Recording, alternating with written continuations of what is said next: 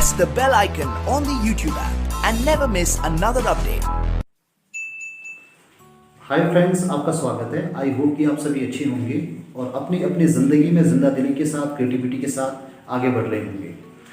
अभी 2 दिन पहले 2 एस्पिरेंट्स के कॉल आए ऑफिस के नंबर पे और उन्होंने रिक्वेस्ट किया कि अलाइड का पेपर अभी होना है मेंस, तो सर आप अलाइड मेंस का पेपर, जीएस का पेपर आप सॉल्व करें।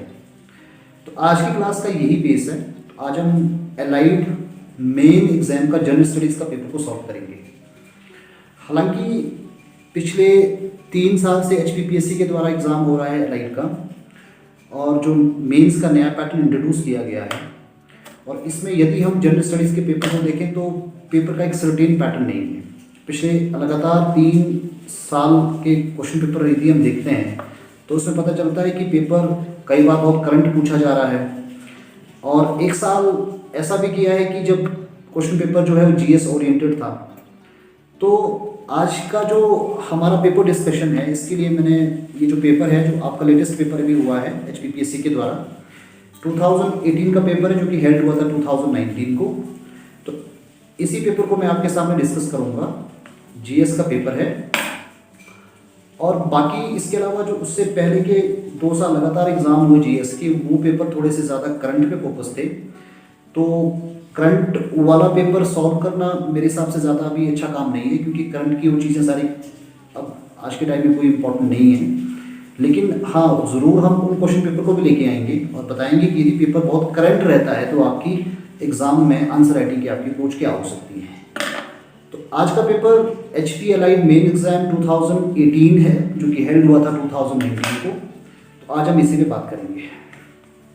हम जैसा कि जानते हैं कि मेंस का पेपर 3 घंटे का पेपर होता है, जीएस का हो, हिंदी हो या इंग्लिश हो।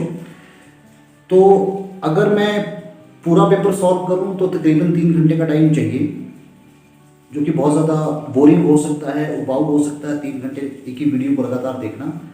तो इसको मैं 2 पार्ट में डिवाइड करूँगा, ताकि आपको बहुत ज़्यादा बोरिंग भी ना हो, बहुत बोरियत भी फील ना हो आपको। तो आधे आधे क्वेश्चन हम बांट लेंगे, ताकि एक क्वालिटेटिव सा इंट्रैक्शन हो जाए आपके साथ।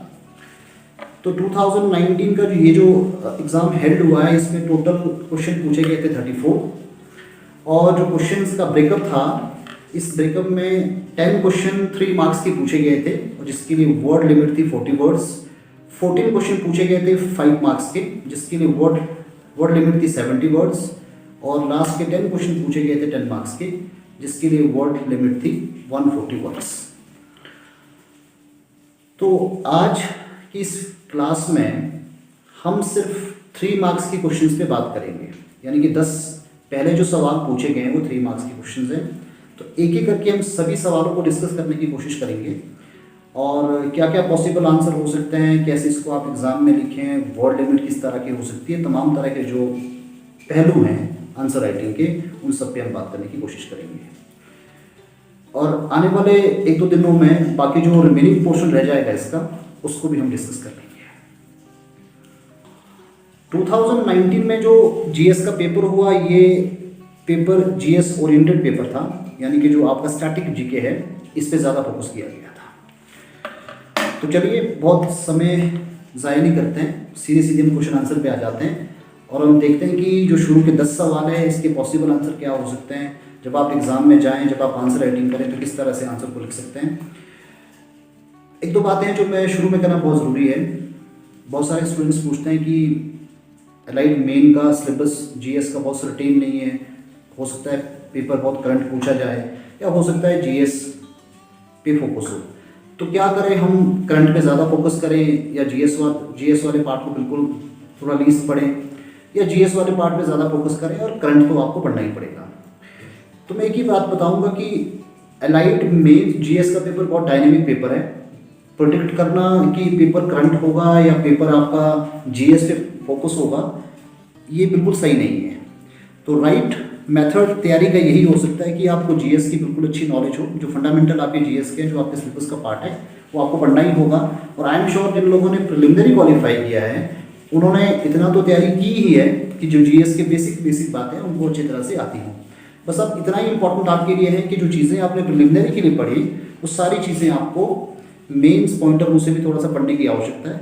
आप जो भी कंटेंट पढ़ते हैं अपनी किताबों से उसको एक्सट्रैक्ट करें और आप देखें कि इसमें से किस तरह के सवाल पूछने की संभावना एग्जाम में हो सकती है। और करंट तो आपको बिल्कुल पढ़ना ही पड़ेगा, क्योंकि पिछले 2016, 17, 18 अगर हम देखें लगातार 3 सालों में, तो जो जीएस का क्वेश्चन पेपर आया है उसमें करंट का ज़्यादा डोमिनेंस था, और करंट पे भी जो ज़्यादा फोकस किया गया पर्सन और प्लेसेस पे ज़्यादा फोकस था। तो करंट अफेयर्स की तो आपको एक्सक्लूसिव तैयारी करनी है, और इसके साथ आपको जीएस वाले क्वेश्चन पे भी आपको बहुत अच्छा काम करना है। अब हम सीधा आते हैं क्वेश्चन पेपर में, तो देखते हैं कि सबसे पहला सवाल क्या पूछा गया है। तो पहला सवाल है, what is judicial review under Indian constitution.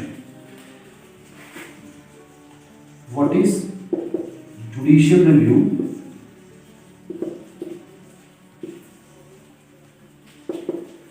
Under Indian constitution.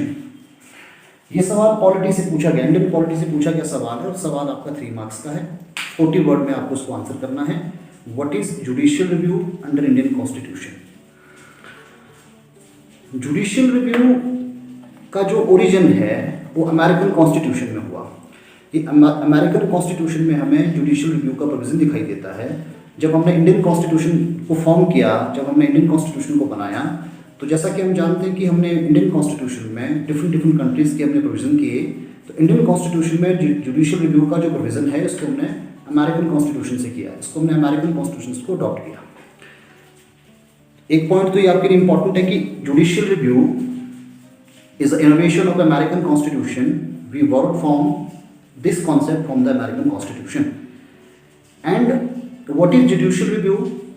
Judicial review is a device innovated by the American Constitution, adopted by Indian Constitution, in which any enactment, executive order can be reviewed by the superior courts. I mean to say that is the Supreme Court as well as the High Court. If the present legislation or enactment or act is not as per the Constitution, then the both court can be declare it null and void. This is judicial review. Hindi medium के student के लिए हिंदी में भी explain करूँगा। तो ये सवाल पूछा गया है कि न्यायिक पुनर्वलोकन का सिद्धांत क्या है। जो न्यायिक पुनर्वलोकन भारतीय संविधान में हमने जो प्रावधान किया वो क्या है। तो जैसा कि मैंने आपको कहा कि जो न्यायिक पुनर्वलोकन का सिद्धांत है इसको हमने अमेरिकन कॉन्स्टिट्यूशन से किया, इनोवेशन अमेरिकन कॉन्स्टिट्यूशन का है। और न्यायिक पुनर्वलोकन का तात्पर्य है कि यदि कोई ऐसा कानून या कोई ऐसा आदेश जो कि संविधान के प्रावधान के अनुरूप नहीं है, सुप्रीम कोर्ट और हाई कोर्ट दोनों ही कोर्ट इस कानून को नल और वाइड घोषित कर सकते हैं। यदि संविधान के प्रावधानों के अनुरूप वो कानून नहीं है तो सुप्रीम कोर्ट और हाई कोर्ट दोनों के पास शक्तियां प्रदान की गई संविधान के द्वारा कि उस कानून को वो नल और वाइड घोषित कर सकती हैं। तो अगर आपका इतना ही आंसर है, क्योंकि सवाल इस तरह से पूछा गया है कि what is judicial review under Indian constitution, तो बहुत ज़्यादा आपको उसमें और लिखने की जरूरत नहीं है। वैसे भी वर्ड लिमिट जो है 40 वर्ड्स है, तो आई एम श्योर आपके 2.5 से 3 सेंटेंस अगर आप लिख लेते हैं इसमें, आपको सीधा फोकस करना है। आपसे सीधा ही पूछा गया कि न्यायिक पुनर्वलोकन क्या है। तो न्यायिक पुनर्वलोकन है जो कानून बनाया जाता है हमारी विधायिका के द्वारा और आदेश पारित किया जाता है हमारी कार्यपालिका के द्वारा। यदि वो संविधानों के प्रावधान के अनुरूप नहीं है तो हमारे न्यायालयों के पास उच्चतम न्यायालय और उच्च न्यायालय के पास शक्तियाँ प्रदान की है संविधान ने कि उस कानून को असंवैधानिक घोषित किया जा सकता है, उसको कैंसिल किया जा सकता है। तो चलिए अब बात करते हैं दूसरे सवाल की। Explain about the sub regional politics in Himachal Pradesh. Sub regional politics in Himachal Pradesh. Discuss about sub regional politics in Himachal Pradesh. Hindi रूपांतरण, हिमाचल प्रदेश के जो सब रीजनल पॉलिटिक्स है उसके बारे में आप थोड़ा सा एक्सप्लेन करें, ये आपसे पूछा गया है। तो इस सवाल को थोड़ा सा समझते हैं क्योंकि ये सवाल थोड़ा डायनेमिक से क्वेश्चन है, इसका बहुत फैक्चुअल आंसर नहीं हो सकता एग्जाम में। तो सबसे पहले तो हम समझते हैं कि सब रीजनल पॉलिटिक्स हिमाचल प्रदेश में हुआ, ये क्यों हुआ, इसके पीछे के क्या कारण थे, उसके बाद हम लिखेंगे इसको। हम देखेंगे कि किस तरह से इसको कितना लिखने की आवश्यकता आपको इस क्वेश्चन के आंसर के लिए है। सब रीजनल पॉलिटिक्स का जो ओरिजिन हिमाचल प्रदेश में हुआ, ये हमें दिखाई देता है 1966 के बाद, जब हिमाचल प्रदेश में नया हिमाचल प्रदेश का मर्ज हुआ, जब पंजाब हिल स्टेट के 4 नए डिस्ट्रिक्ट को हिमाचल प्रदेश में मर्ज किया गया, तो उसके बाद हमें हिमाचल प्रदेश की पॉलिटिक्स में एक नया डायमेंशन दिखाई देता है। वो डायमेंशन है सब रीजनलिज्म की पॉलिटिक्स। हालांकि जब नया हिमाचल प्रदेश 1966 में हिमाचल प्रदेश में मर्ज हुआ, तो उस मर्जर के बाद भी जो सब रीजनलिज्म की जो फीलिंग थी वो इतनी प्रेवलेंट, इतनी डोमिनेंट उस समय नहीं थी। लेकिन धीरे धीरे 1970 और 80 के डेकेड में हमने देखा कि जो सब रीजनलिज्म की जो खाई है हिमाचल प्रदेश की पॉलिटिक्स में, वो बड़ी होती चली गई। इसके पीछे के अलग अलग तरह के कारण थे, एक एक करके हम उन सब कारणों को जानते हैं। सबसे पहला तो हम देखें कि जो हिमाचल प्रदेश की टोपोग्राफी है वो बहुत वेराइड टोपोग्राफी हिमाचल प्रदेश की है, और इस वेराइड टोपोग्राफी में जो नया हिमाचल प्रदेश ऐड हुआ वो कंपैरेटिवली एक प्लेन एरिया है, एक शिवालिक क्षेत्र है। और जो ओल्ड हिमाचल प्रदेश है, ओल्ड हिमाचल प्रदेश आपका मिड हिमालय से लेकर ग्रेटर हिमालय वाला जोग्राफिकल हिस्सा था। तो एक तो यहाँ की टोपोग्राफी है इस तरह की कंडीशन प्रोवाइड करती है कि स्वाभाविक रूप से हमें 2 अलग रीजन दिखाई देते हैं। हमें स्वाभाविक रूप से ही 2 हमें अलग रीजन दिखाई देते हैं। तो कहीं ना कहीं एक रीजन के भीतर सब रीजनलिज्म का जो एक ऑब्वियस फिनोमिना है वो हमें दिखाई देता है। दूसरा, जैसे मैंने आपको कहा कि 1966 के पश्चात जब नया हिमाचल प्रदेश मर्ज हुआ, तो नया हिमाचल प्रदेश मर्ज होने के बाद जो यहाँ का सोशियो इकोनॉमिक और कल्चरल जो बेस था वो बहुत वेराइड हमें दिखाई देता है। जब नया हिमाचल प्रदेश मर्ज हुआ, जिसमें कि कांगड़ा क्षेत्र पूरा लीड कर रहा था बाकी नए मर्ज होने वाले क्षेत्रों को, वहाँ की लिटरेसी, वहाँ के सोशल कस्टम, वहाँ का रिलीजन, वो सब हमें ओल्ड हिमाचल प्रदेश से थोड़ा सा अलग दिखाई देता है।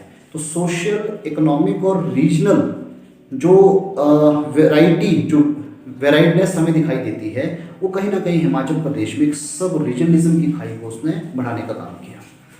और तीसरी बात की बात करें तो तीसरा जो है वो लैंग्वेजेस भी कहीं ना कहीं बहुत बड़ा कारण रहा हिमाचल प्रदेश में सब रीजनलिज्म की फीलिंग के लिए, सब रीजनलिज्म की पॉलिटिक्स के लिए।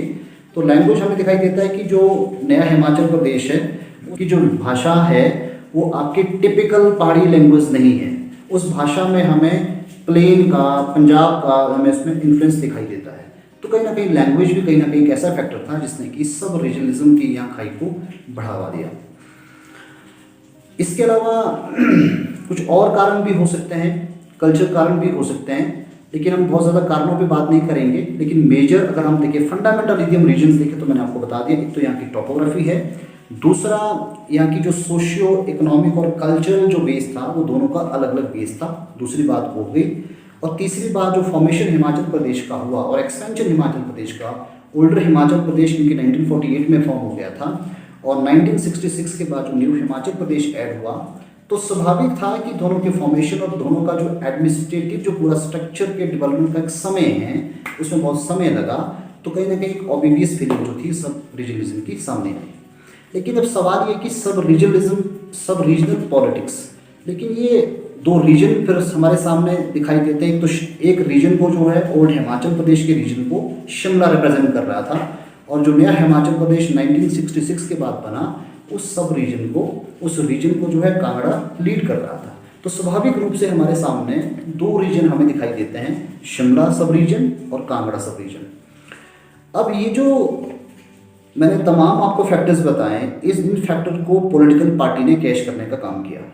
इन तमाम जो डाइवर्सिटी के रीजन मैंने आपको बताए, इन रीजन को पॉलिटिकल पार्टी ने कैश किया, किस बात के लिए? सत्ता में आने के लिए। तो पॉलिटिक्स जो है रीजन के बेस पे हो गई। इसका एक ही मकसद था कि पॉलिटिकल पार्टी ये चाहती थी कि किस तरह से वो सत्ता में आए, एक रीजनलिज्म की, सब रीजनलिज्म की फीलिंग को इन्फ्लुएंस करके वो सत्ता में आना चाहती थी। तो कहीं ना कहीं ये जो 2 सब रीजनलिज्म हमें दिखाई देते हैं, कांगड़ा और आपका शिमला सब रीजन, इसमें हम पॉलिटिक्स देखते हैं, पॉलिटिक्स के डायनेमिज्म देखते हैं। तो हमें दिखाई देता है कि जो ओल्ड हिमाचल प्रदेश था जिसको कि शिमला लीड कर रहा था, उस क्षेत्र में कांग्रेस पार्टी का बहुत बड़ा गढ़ था, कांग्रेस पार्टी का डोमिनेंस था।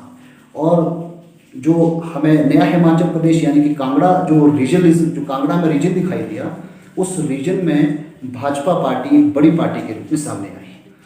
तो कहीं ना कहीं हर पॉलिटिकल पार्टी ने अपनी सत्ता के लिए जो रीजनलिज्म की फीलिंग थी, इसको आप आगे इन्फ्लुएंस करने का काम किया। इसके पीछे के कारण ये हैं जो मैंने आपको बता दिए। तो चलिए अब अगला हम सवाल की तरफ आगे बढ़ते हैं। How many languages are listed in the constitution of India, write the name. ये सवाल भी इंडियन पॉलिटी से ही है। How many languages are listed in the constitution of India and write the name.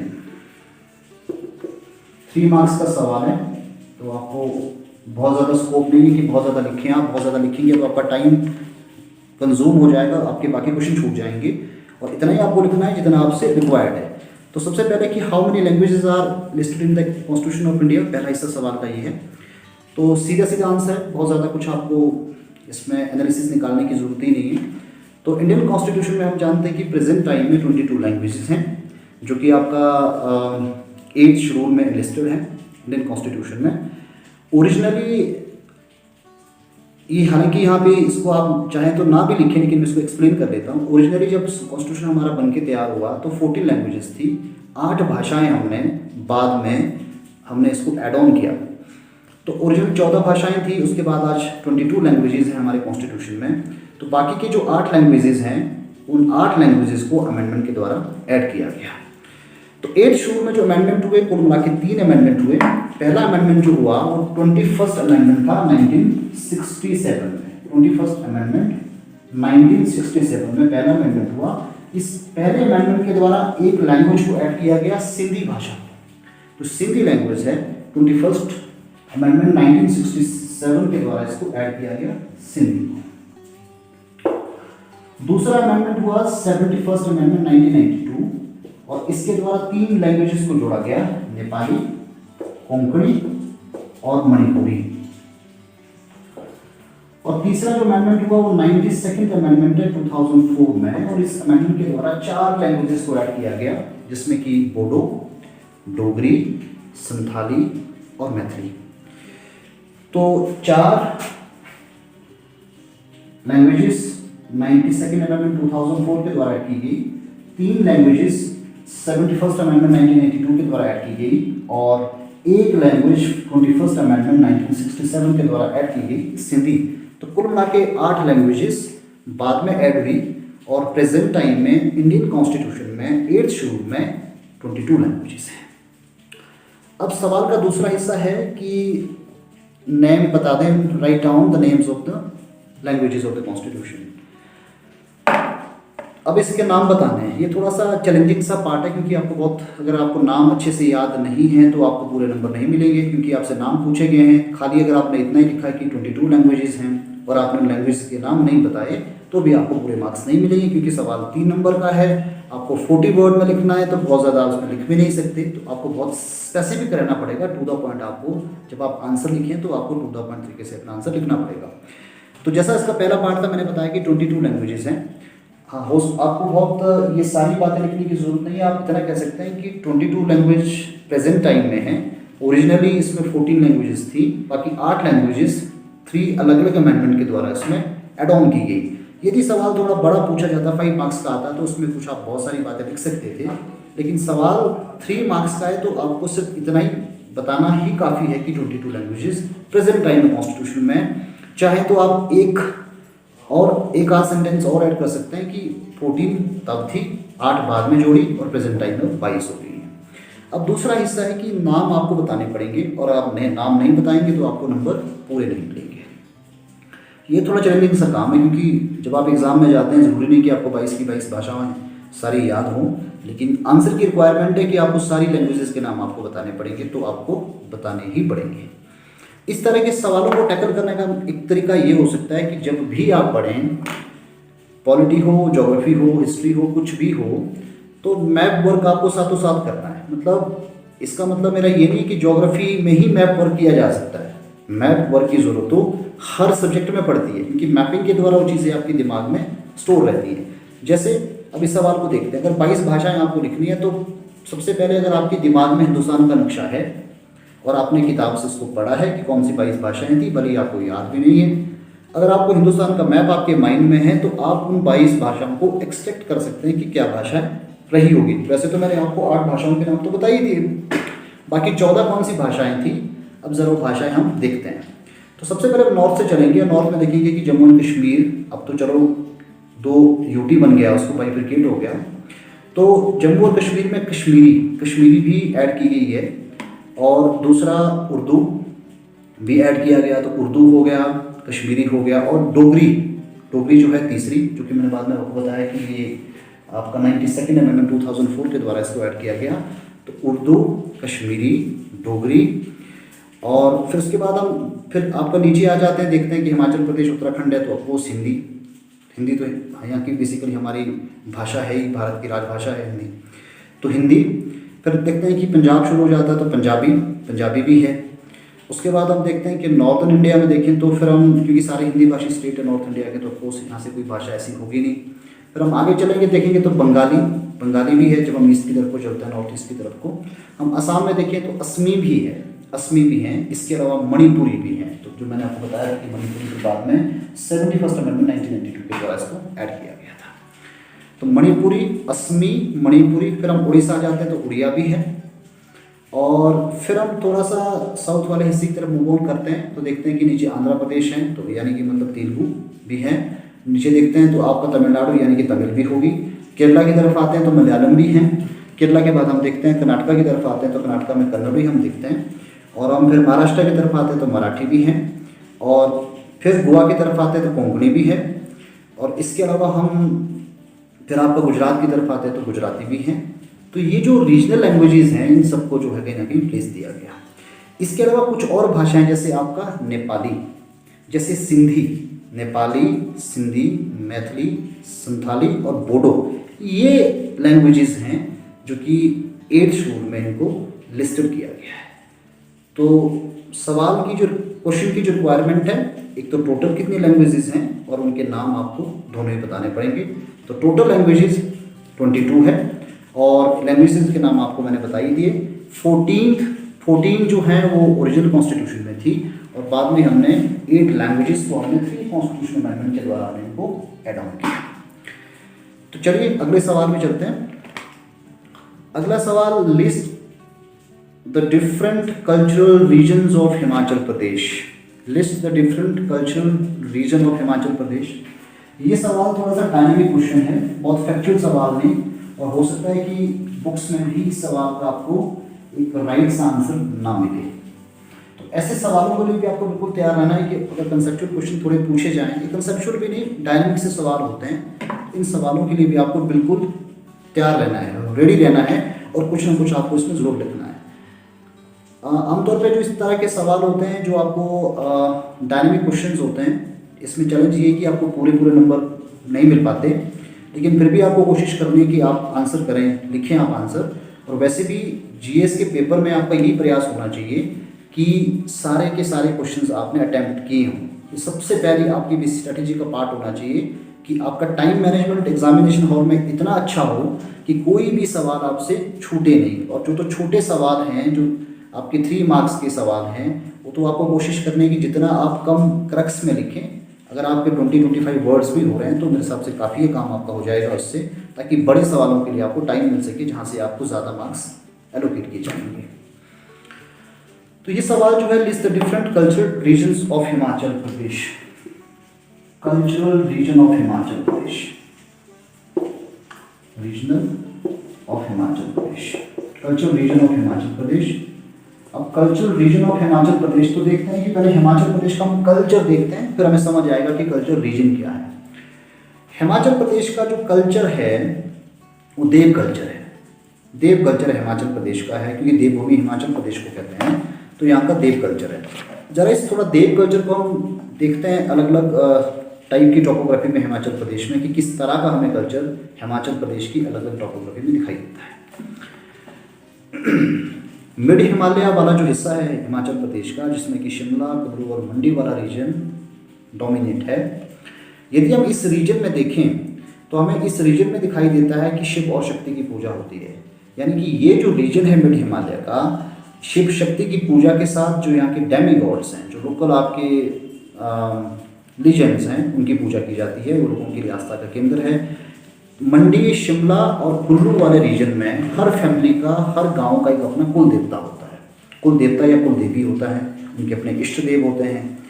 तो मिड हिमालय का जो कल्चर है वो बिल्कुल रिजिड सा कल्चर है। वो जो 100 साल 200 साल से चला आ रहा कल्चर है, लगभग वही कल्चर है। जनरेशन टू जनरेशन जिस तरह की प्रैक्टिसेस की जा रही हैं वो लगातार बिल्कुल वैसी प्रैक्टिसेस है, इसमें बहुत ज़्यादा चेंजेस नहीं आते। अगर हम देखें ग्रेटर हिमालय में तो हमारे हिमाचल प्रदेश के 3 डिस्ट्रिक्ट हैं, जिसमें कि किन्नौर, लाहौल स्पीति और चंबा ज़िला। चंबा का भी थोड़ा सा हिल एरिया देखेंगे, भरमौर और पांगी वाला जो रीजन है। अगर हम उस एरिया को देखते हैं तो हमें पता चलता है कि ये ट्राइबल डिस्ट्रिक्ट के तीनों के तीनों। तो इन तीनों डिस्ट्रिक्ट का जो कल्चर है थोड़ा कंपैरेटिवली यूनिक कल्चर अपने आप में है, और ये कल्चर बाकी हिमाचल प्रदेश के हिस्सों के साथ कहीं भी मैच नहीं करता। तो ये यूनिक कल्चर है क्योंकि ट्राइबल कल्चर है अपना।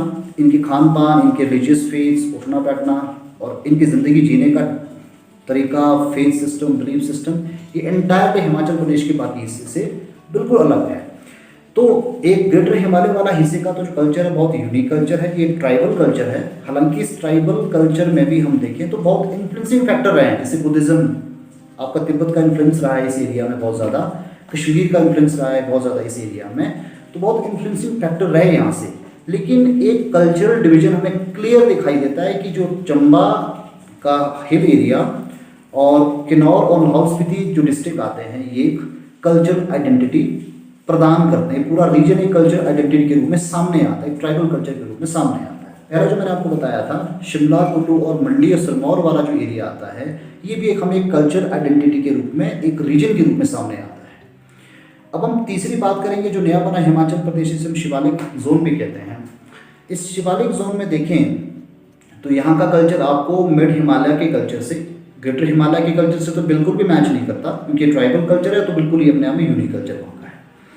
लेकिन अगर यदि हम मिड हिमालय से भी कंपैरिजन करें शिवालिक वाले कल्चर की, तो हमें कहीं ना कहीं दिखाई देता है कि शिवालिक वाला कल्चर जो है वो ज़्यादा एक्सपोजर वाला कल्चर है और ट्रांजिट कल्चर है, जिसमें समय के साथ बहुत ज़्यादा चेंजेस आते रहते हैं, बहुत बदलाव आते रहते हैं।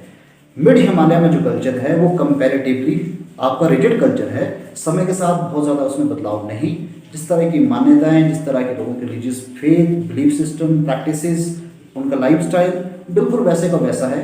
एटलीस्ट रिलीजन में तो बहुत ज़्यादा छेड़छाड़ इसमें नहीं, आज भी नहीं हो रही है। जैसा चला आ रहा बिल्कुल सिस्टम था, जनरेशन टू जनरेशन जो है हम लगातार उसको वैसे ही प्रैक्टिस और फॉलो करते आ रहे हैं। लेकिन शिवालिक वाले हिस्से में यदि हम देखें तो हमें स्वाभाविक दिखाई देता है कि यहाँ पे लोगों का जो बिलीफ सिस्टम है, यहाँ पे जो हमारे वैदिक गॉड्स हैं, वैदिक गॉड के प्रति यहाँ पे ज़्यादा लोग विश्वास रखते हैं, निष्ठावान ज़्यादा है। विष्णु की पूजा की जाती है और यहाँ पे माता की पूजा की जाती है। तो ये रीजन जो कहीं ना कहीं है, जो शिवालिक रीजन है, ये वैदिक कल्चर को बहुत ज़्यादा मानने वाला रीजन है। तो कहीं ना कहीं स्वाभाविक रूप से सवाल जो आपसे पूछा गया था कि list the different culture regions of Himachal Pradesh, तो हमें स्वाभाविक रूप से हिमाचल प्रदेश में कल्चरल रीजन्स के रूप में 3 ही रीजन दिखाई देते हैं। यानी कि यहाँ का कल्चरल जो डिवीजन है हिमाचल प्रदेश का, वो बिल्कुल ज्योग्राफी के डिवीजन की तरह ही है। शिवालिक में यानी कि लोअर हिमाचल प्रदेश में एक हमें कल्चरल रीजन दिखाई देता है जो कि अपने आप में वैदिक कल्चर को पूरा इंगित किए हुए हैं। दूसरा मिड हिमालय में देखें, मंडी, शिमला और कुल्लू वाले एरिया में देखें तो हमें एक अलग कल्चर, हमें एक कल्चर जोन हमें दिखाई देता है, हमें कल्चर एक रीजन दिखाई देता है जो कि पूरा एक देव कल्चर है, रिजिड कल्चर है। लोकल लीजेंड्स और शिव और शक्ति की पूजा के साथ यहाँ लोकल लोग इसे अपनी आस्था के दृष्टिकोण से देखते हैं। और तीसरा जो हमें कल्चरल रीजन दिखाई देता है, वो रीजन हमें दिखाई देता है ट्राइबल, जो हमारा एरिया आता है, डिस्ट्रिक्ट आते हैं हिमाचल प्रदेश के। तो ट्राइबल कल्चर, देव कल्चर और एक वैदिक कल्चर, तो ये तीनों ही कल्चर के रीजन हमें हिमाचल प्रदेश में दिखाई देते हैं। तो जब आपसे सवाल ही पूछा जाए तो इसमें सीधा सीधा आंसर आपका ये पॉसिबल आंसर हो सकता है कि 3 कल्चरल रीजन हमें हिमाचल प्रदेश में दिखाई देते हैं। एक आपका शिवालिक जो रीजन है ये जो वैदिक कल्चर को इंगित करता हुआ कल्चर है। और यहाँ थोड़ा हमें दिखाई देता है कि कॉस्मोपॉलिटन टाइप के कल्चर के एलिमेंट भी दिखाई देते हैं, लेकिन यहाँ कॉस्मोपॉलिटन कल्चर का मतलब ये नहीं है जैसा कि हमें बिल्कुल आपको बड़े मेट्रो में दिखाई देता है, लेकिन कॉस्मोपॉलिटन का यहाँ सीधा मतलब ये है कि ये कल्चर जो रीजन जो है कहीं ना कहीं एक्सपोजर वाला रीजन है, जिसमें समय के साथ बहुत सारी बातें एड ऑन हो रही है, बहुत सारी बातें रिफॉर्म्ड होकर एक नया कल्चर सामने आता है। और दूसरा जो कल्चर है वो आपको जैसे मैंने बताया कि मिड हिमालय जो ज्योग्राफी यहाँ की है, शिमला, कुल्लू, सिरमौर और मंडी वाला जो हिस्सा आता है वो थोड़ा सा देव कल्चर है, कंपैरेटिवली रिजिड कल्चर है, जनरेशन उसको प्रिजर्व करके रखी हुई है, जैसा पुश्तों से चला आ रहा था वैसा ही चलता है। और तीसरा जो मैंने आपको कल्चर का रीजन बता दिया वो आपका जो है वो ट्राइबल आपका कल्चर हमें हिमाचल प्रदेश में दिखाई देता है। चलिए अगला सवाल डिस्कस करते हैं। What is the index of industrial revolution? ये सवाल है what is the index of industrial production, यानी कि IIP, index of industrial production. ये इंडियन इकोनॉमी से सवाल उठाया गया है, इंडियन इकोनॉमी का क्वेश्चन है कि what you understand by index of industrial production. तो ये भी बहुत फैक्चुअल सा है, सीधा इसका आंसर है, बहुत ज़्यादा इसमें आपको प्लस माइनस करने की आवश्यकता नहीं है। इफ़ यू नो कि what is the index of industrial production then you can write well. तो what is index of industrial production, पहले मैं इसमें 3 कुछ की पॉइंट्स उठाता हूँ, उसके बाद उसको फिर हम एक्सप्लेन करते हैं कि क्या इसको कैसे इसको आप लिख सकते हैं। जो इंडस्ट्रियल प्रोडक्शन है, आप जानते हैं कि भारत की जो इंडस्ट्री हैं, जो कोर इंडस्ट्री भारत की, वो 8 कोर इंडस्ट्री के एलिमेंट्स है भारत में। तो वो जो कोर इंडस्ट्री है, उन कोर इंडस्ट्री के सेगमेंट्स की, एलिमेंट्स की किस तरह की परफॉर्मेंसेज हैं, उसको फिर मेजर करने के लिए एक इंडेक्स बनाया गया, इंडस्ट्रियल प्रोडक्शन इंडेक्स। और इस इंडेक्स का जो कंप्यूटेशन है, कंप्यूट करने का काम है, और इसके अलावा जो पब्लिकेशन है वो CSO के द्वारा किया जा रहा है, सेंट्रल स्टैटिस्टिकल ऑर्गेनाइजेशन के द्वारा इसको किया जा रहा है। तो सीधी सी डेफिनेशन है इसकी। अगर आपसे सीधा सवाल पूछा गया है 3 मार्क्स का, what is index of industrial production, तो सीधा इसका यही आपका राइट आंसर होगा कि इंडस्ट्रियल प्रोडक्शन क्या है कि it is the index of measurement of growth in different industrial sector over the period of time या ओवर द स्टिपुलेटेड टाइम। क्योंकि इसमें स्टिपुलेटेड टाइम का एक बहुत बड़ा इंपॉर्टेंट पॉइंट है जो आपको लिखना पड़ेगा। स्टिपुलेटेड टाइम का मतलब क्या हुआ कि 1 साल का पीरियड लिया जाता है। जब इस इंडेक्स को मेजर किया जाता है तो इसमें जो ड्यूरेशन है वो 1 साल का लिया जाता है। तो स्टिपुलेटेड पीरियड ऑफ टाइम में जो इंडस्ट्री के डिफरेंट सेक्टर हैं, जो उनका ग्रोथ है, उसको इस इंडेक्स के द्वारा मेजर किया जाता है। और इस इंडेक्स का जो मेजरमेंट है, जैसा कि मैंने आपको बताया कि CSO के द्वारा किया जाता है, और इसके जो आंकड़े हैं, इस इंडेक्स को जो पब्लिकेशन इसका है वो मंथली बेसिस पे किया जाता है। तो ये 3-4 पॉइंट यदि आप इसमें डाल देंगे तो आपका आंसर ही पूरा कंप्लीट आंसर हो जाएगा। पहला IIP क्या है, तो इंडस्ट्री के जो डिफरेंट आपके सेक्टर्स हैं उसका एक मेजरमेंट है। दूसरा, इसका जो कंप्यूटेशन और जो आपका पब्लिकेशन है कौन करता है, तो CSO के द्वारा किया जाता है, और ये मंथली बेसिस पे इसके स्टैट्स को पब्लिश किया जाता है। इतना ही काफ़ी है इस सवाल के आंसर के लिए आपको। अगला सवाल जो है पूछा गया है, why hydro power is beneficial for HP। ये हिमाचल प्रदेश का सवाल है, why hydro power is essential या बेनिफिशियल फॉर HP। आप जानते हैं कि हाइड्रो पावर हिमाचल प्रदेश की इकोनॉमी का बैकबोन है और यहाँ की सरकार की रेवेन्यू का बहुत बड़ा सोर्स अपने आप में। सवाल अब यही पूछा गया कि why hydro power is beneficial.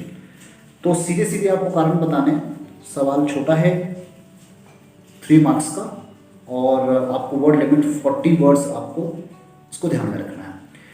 तो हाइड्रो पावर का सबसे बड़ी बात तो ये कि हिमाचल प्रदेश में हाइड्रो पावर की असीम संभावना है। इसके 2 बड़े फैक्टर्स हैं।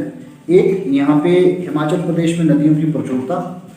हिमाचल प्रदेश में 5 तो बड़ी नदियाँ बहती हैं, इसके साथ छोटी ट्रिब्यूटरीज भी हैं। हिमाचल प्रदेश के अलग अलग हिस्सों में बहुत खड्डे हैं। तो हिमाचल प्रदेश में स्वाभाविक है कि यहाँ पे हाइड्रो पावर जनरेशन की असीम संभावना है। दूसरी बात, हिमाचल प्रदेश का जो टोपोग्राफी है वो बेसिकली स्लोपी है, जो कि हाइड्रो पावर जनरेशन के लिए एक कंड्यूसिव कंडीशन प्रोवाइड करता है। तो स्वाभाविक है कि हिमाचल प्रदेश में यदि हम हाइड्रो पावर को नहीं हार्नेस करेंगे तो वो ठीक नहीं, हमारी इकोनॉमी के लिए और यहाँ का एक बहुत बड़े रिसोर्स मोबिलाइजेशन के लिए ये इम्पॉर्टेंट है कि हिमाचल प्रदेश में हाइड्रो पावर के जनरेशन पे ज़्यादा फोकस किया जाए, और जो कि हमारी गवर्नमेंट कर भी रही है, सरकार कर भी रही है। अब सवाल ये कि why hydro power is beneficial for Himachal Pradesh, तो इसके दो सबसे बड़े रीजन हैं। एक सबसे बड़ा रीजन क्या है कि हाइड्रो पावर जनरेशन यदि हम करते हैं हिमाचल प्रदेश में, तो एक तो है कि हमारा जो इंफ्रास्ट्रक्चर है, इंफ्रास्ट्रक्चर डेवलपमेंट, जो कि किसी भी स्टेट में देश के विकास के लिए फंडामेंटल होता है। जब तक इंफ्रास्ट्रक्चर का डेवलपमेंट नहीं होगा तब तक उस स्टेट की, उस देश की इकोनॉमी में ग्रोथ नहीं होगी। तो जो हमारा इंफ्रास्ट्रक्चर डेवलपमेंट है, उस इंफ्रास्ट्रक्चर डेवलपमेंट के लिए हमें हाइड्रो पावर जनरेशन पे हमें ज़्यादा फोकस करना पड़ेगा। जैसे कि एग्रीकल्चर सेक्टर, क्योंकि एग्रीकल्चर सेक्टर के लिए भी बहुत ज़रूरी है कि इलेक्ट्रिसिटी की बहुत बड़ी इंपॉर्टेंस है। इसके अलावा हमारा जो इलेक्ट्रिफिकेशन का जो कैंपेन है, रूरल इलेक्ट्रिफिकेशन का जो गवर्नमेंट ऑफ इंडिया का कैंपेन था, जो कि लगभग हिमाचल प्रदेश में तो पूरा 100% है ही। तो इलेक्ट्रिफिकेशन, इंडस्ट्री और तीसरा आपका एग्रीकल्चर, ये जो डेवलपमेंट हमें करना है डिफरेंट सेक्टर, इसके लिए हमें इलेक्ट्रिसिटी की आवश्यकता पड़ती है। तो सबसे पहला है कि इंफ्रास्ट्रक्चर डेवलपमेंट के लिए हाइड्रो पावर का जनरेशन बहुत ज़्यादा इंपॉर्टेंट है। इलेक्ट्रिसिटी जिस स्टेट के पास है वो स्टेट इंडस्ट्री में, एग्रीकल्चर में, और इसके अलावा जो आपका इलेक्ट्रिफिकेशन, जो हाउस होल्ड की रिक्वायरमेंट होती है, उसको बहुत अच्छे से मीट आउट कर सकती है। पहला पॉइंट। दूसरा पॉइंट, क्यों है हाइड्रो पावर यहाँ बेनिफिशियल यहाँ हिमाचल प्रदेश में?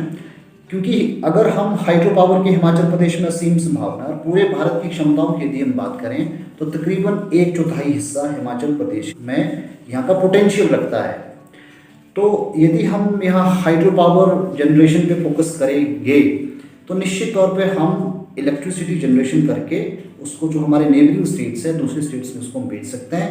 तो कहीं ना कहीं उससे हमारा रेवेन्यू जनरेशन हिमाचल प्रदेश में होगा, जो कि हमारी इनकम का एक बहुत बड़ा सोर्स के रूप में सामने आएगा। तो दो ही बड़े वैलिड पॉइंट है जिसमें आप एड ऑन कर सकते हैं कि क्यों बेनिफिशियल ये है। तो मैंने पहला बताया कि इंफ्रास्ट्रक्चर डेवलपमेंट के लिए बहुत इंपॉर्टेंट है। दूसरा कि हमारा जो रेवेन्यू है, रेवेन्यू साइज बढ़ाने के लिए बहुत इंपॉर्टेंट है, जिससे कहीं ना कहीं हमें हिमाचल प्रदेश को बेनिफिट मिलेगा। तो चलिए अगला सवाल देखते हैं। Why did the western educated Indian keep themself aloof from the revolt of 1857? ये मॉडर्न हिस्ट्री से पूछा गया सवाल है, इसको मैं पहले लिखता हूँ, इस बारे में बात करते हैं। सवाल ये है कि Y did the western educated Indian, Y did the western educated Indian keep aloof from 1857 revolt, यानी 1857, यानी कि 1857 की जो क्रांति भारत में हुई, इस क्रांति में एक पश्चिमी शिक्षा प्राप्त जो भारतीय थे उन्होंने अपने आप को दूर क्यों रखा? तो इस सवाल का जवाब देने के लिए थोड़ा सा इसका कुछ बैकग्राउंड पे डिस्कस कर लेते हैं। 1857 का जो रिवोल्ट भारत में हुआ, उस रिवोल्ट में यदि हम पार्टिसिपेंट्स देखें तो पार्टिसिपेंट्स पहले कौन थे, फिर हमें पता चलेगा। क्योंकि सवाल तो सीधा सीधा यही कह रहा है कि वेस्टर्न एजुकेटेड ने अपने आप को अलूफ रखा, तो इसका मतलब एजुकेटेड क्लास जो थी, जो मिडिल क्लास थी कहीं ना कहीं, वो इस रिवोल्ट में उन्होंने पार्टिसिपेट ही नहीं किया। हमसे कारण पूछा गया है, हम कारण का इसका जवाब करेंगे, लेकिन पहले देख लेते हैं।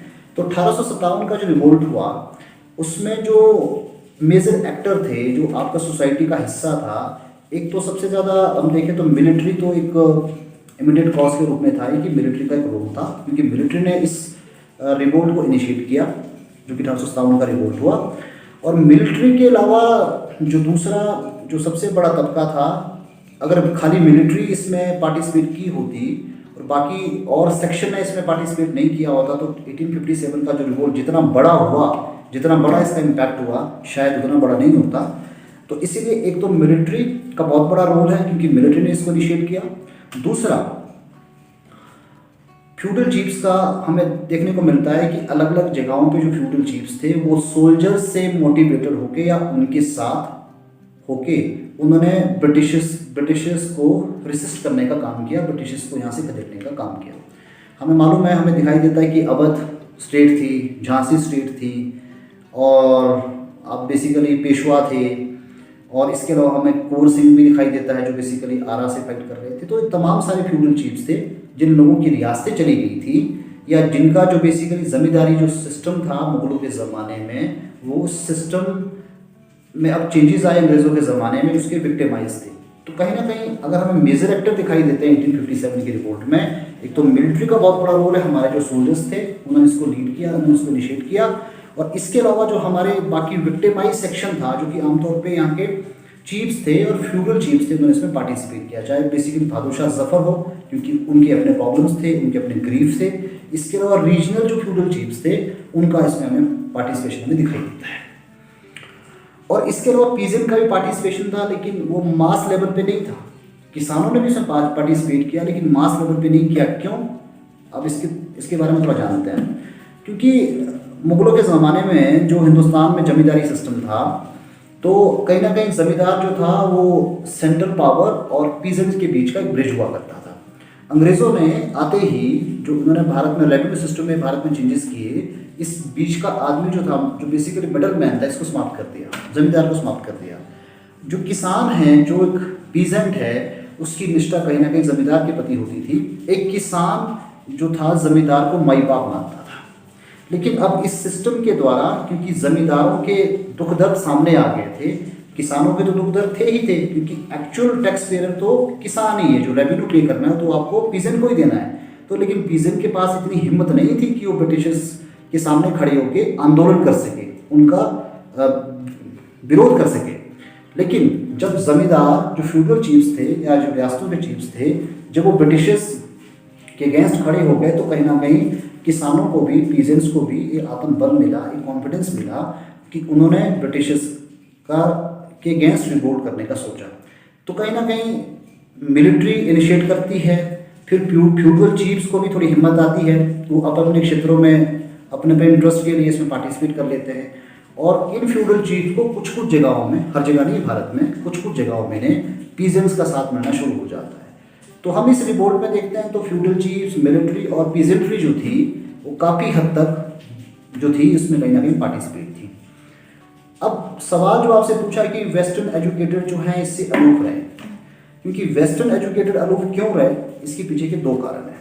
सबसे पहले का कारण क्या है कि जो भारतीय जिनके पास वेस्टर्न एजुकेशन थी, जो ब्रिटिश थॉट के द्वारा जिन्होंने अपनी एजुकेशन को एक्वायर किया, वो एक ऐसी क्लास थी कि जो पढ़ लिखने के बाद अपना जो ज़िंदगी, अपना जो बेसिकली करियर है, वो ईस्ट इंडिया कंपनी में अपना जो बेसिकली करियर है वो ढूंढ रही थी। तो स्वाभाविक है कि उनकी जो लॉयल्टी थी वो ऑफकोर्स कंपनी के प्रति थी। ठीक है।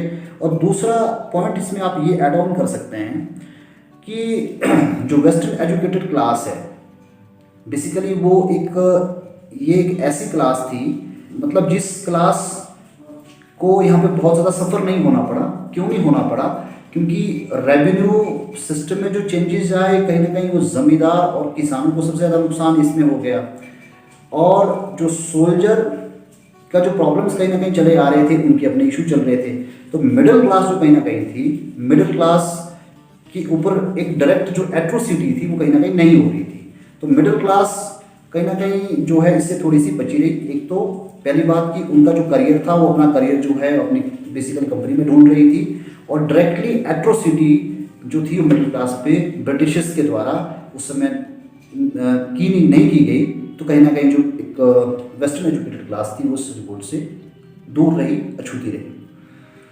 अगला सवाल हम देखते हैं, ये बहुत हिमाचल से उठाया गया सवाल है। Right a note on Dhami firing tragedy of HP। Dhami firing tragedy पूछा गया सवाल। Right a note on Dhami firing tragedy, Dhami गोलीकांड जो कि 1939 में हुआ। राइट अ नोट, इसमें आपको नोट लिखना है, तो मतलब ये ओवरऑल इंसिडेंट क्या था इसी के बारे में आपको जानकारी देनी है।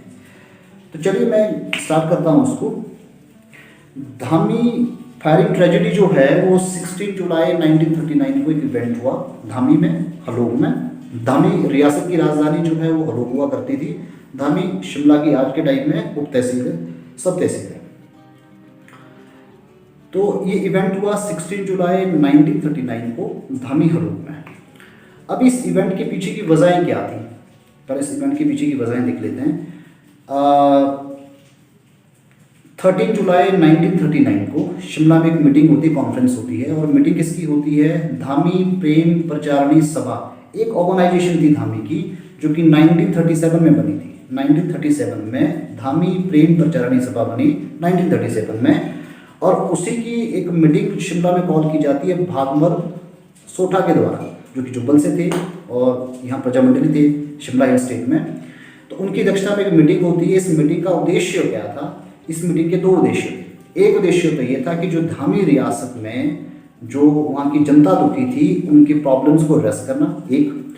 दूसरा कि धामी प्रेम प्रचारणी सभा को प्रजामंडल में तब्दील किया जा रहा था, मतलब धामी जो रियासत थी उसमें जो प्रजामंडल का फॉर्मेशन भी किया जा रहा था। अल्टीमेटली इस मीटिंग में क्या होता है? इस मीटिंग में धामी प्रेम प्रचारणी सभा को धामी प्रजामंडल में कन्वर्ट कर दिया गया, तब्दील कर दिया गया। ये डेट है 13 जुलाई 1939 की। तो जब ये हुआ तो उसके बाद धामी जो आपके प्रजामंडल के इलेक्शन हुए, इसमें सीताराम शर्मा को इसका अध्यक्ष चुना गया धामी प्रजामंडल का। तो जब चुनाव हुए, चुनाव के बाद प्रस्ताव कुछ इन्होंने पारित किए, रेजोल्यूशन पारित किए। तो इसमें मुख्य बातें क्या थी? सबसे पहली बात तो ये थी कि धामी प्रजामंडल जो है इसको रिकॉग्नाइज किया जाए, जो धामी रियासत का राजा है उनके द्वारा। दूसरी बात है कि जो आपका टैक्सेशन है, जो आप रेवेन्यू लेते हैं, रेवेन्यू को थोड़ा कम किया जाए, क्योंकि रेवेन्यू का बोझ जो है वो जनता पे बहुत ज़्यादा है। दूसरी बात ये थी। तीसरी बात ये चल रही थी कि जिन रिवोल्यूशनरीज की प्रॉपर्टी राजा ने जो है सीज कर दी है, वो प्रॉपर्टीज जो है छोड़ी जाए, लोगों की ज़मीनें जो राजा ने हड़पी है, इन ज़मीनों को छोड़ दिया जाए। इन 3 प्रस्तावों के साथ जो था ये मीटिंग समाप्त हो जाती है। और लास्ट में इस प्रस्ताव में ये भी कहा गया कि एक मेमोरेंडम जो है हम राजा को सौंपेंगे, जो यहाँ का धामी का राणा है इसको सौंपेंगे, और अगर 3 दिन के अंदर इसमें कोई एक्शन नहीं हुआ तो हम जो है एक स्वाभाविक आंदोलन के रास्ते पे आगे बढ़ेंगे। एक अल्टीमेटम भी दिया गया था। तो ये घटनाक्रम हुआ आपका 13 जुलाई 1939 का। तो जब कोई आप सकारात्मक जवाब वहाँ से नहीं आया तो 16 जुलाई की सुबह तकरीबन 11 बजे के आसपास शिमला से, गंज बाजार से एक बहुत बड़ा जत्था, एक बहुत बड़ा जुलूस, जिसको कि लीड कर रहे थे भागमल सोठा, वो धामी हलोग की तरफ बढ़ना शुरू करते हैं। पैदल यात्रा शुरू करते हैं, पद यात्रा शुरू करते हैं। तो धामी हलोग के पास ही जब एक बहुत बड़ा हजूम, तकरीबन जो स्टेट्स बाद में आए तो पता चला कि तकरीबन 1500 के आसपास लोग इस जत्थे में, इस हजूम में शामिल हो गए थे। तो यह देखकर जो धामी का राणा था वो घबरा गया और आनन फानन में उसने गोली चलाने का हुक्म दे दिया, फायरिंग का ऑर्डर कर दिया। तो जब ये फायरिंग होती है तो इस फायरिंग में 2 लोगों की स्पॉट पे मौत हो गई और कुछ लोगों के हताहत होने की सूचना थी। तो ये बेसिकली धामी आपका गोलीकांड था। तो जब ये धामी गोलीकांड हुआ तो भागमल सोठा को इस एपिसोड में अरेस्ट कर लिया गया। और ये धामी जो गोलीकांड था, फायरिंग एपिसोड था, इस फायरिंग एपिसोड को नेशनल न्यूज़ मिली। महात्मा गांधी ने उनका जो बेसिकली पत्रिका थी अपनी, उस पत्रिका में महात्मा गांधी ने एक आर्टिकल लिखा, धामी पाठ करके एक आर्टिकल लिखा था। यानी कि धामी एपिसोड जो हुआ है बहुत बड़ा एपिसोड था और ये नेशनल न्यूज़ बनता है। और यहाँ के जो हमारे लीडरान थे, जिसमें इसकी कांचन सोठा, राजकुमारी अमृत कौर, जो लोग थे वो बेसिकली महात्मा गांधी से जाके मिलते हैं और महात्मा गांधी से सहयोग मांगते हैं। तो महात्मा गांधी पंडित जवाहरलाल नेहरू को डायरेक्ट करते हैं, उन्हें कमांड करते हैं कि आप जो धामी फायरिंग ट्रेजेडी जो हिमाचल प्रदेश में हुई, जो शिमला में हुई, इसके बारे में आप ज़रा इन्वेस्टिगेशन करिए।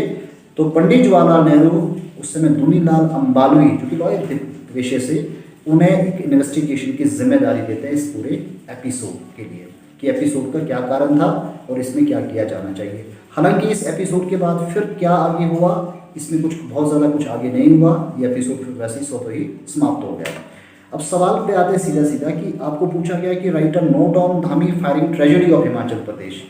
तो सीधा नोट का मतलब है कि इवेंट, इसमें कुछ आपको बहुत कुछ सोचने के लिए ज़रूरत नहीं है। जो जैसे इवेंट हुआ बिल्कुल आपको इवेंट पूरा लिखना है। जैसे मैंने आपको बताया कि 16 जुलाई 1939 को ये फायरिंग ट्रेजेडी होती है धामी में। कारण इस बात को लेकर था कि जो डिमांड्स थी, उस डिमांड्स को टर्न डाउन किया गया था धामी के राणा के द्वारा। इसलिए एक बहुत बड़ा हजूम जो था, जिसमें तकरीबन 1500 लोग शामिल हो गए थे, भागमल सोठा की अध्यक्षता में उन पे एक फायरिंग का ऑर्डर किया गया, जिसमें 2 लोगों की मौत हो गई और कुछ लोगों के हताहत होने की खबरें थी। तो ये था, और इसकी नेशनल लेवल पे, इसकी वाइड स्प्रेड लेवल पे इसका कंडेम किया गया। महात्मा गांधी ने इसके ऊपर पूरा एक आर्टिकल लिखा, धामी पाठ करके। और एक इन्वेस्टिगेशन कमेटी कॉन्स्टिट्यूट की गई थी जिसको कि लीड कर रहे थे धोनीलाल अंबालवी लॉयर। तो ये था धामी फायरिंग ट्रेजेडी। चलिए अगला सवाल जो है, व्हाट डू अंडरस्टैंड बाय खादर। खादर से क्या समझते, सवाल इंडियन ज्योग्राफी से है।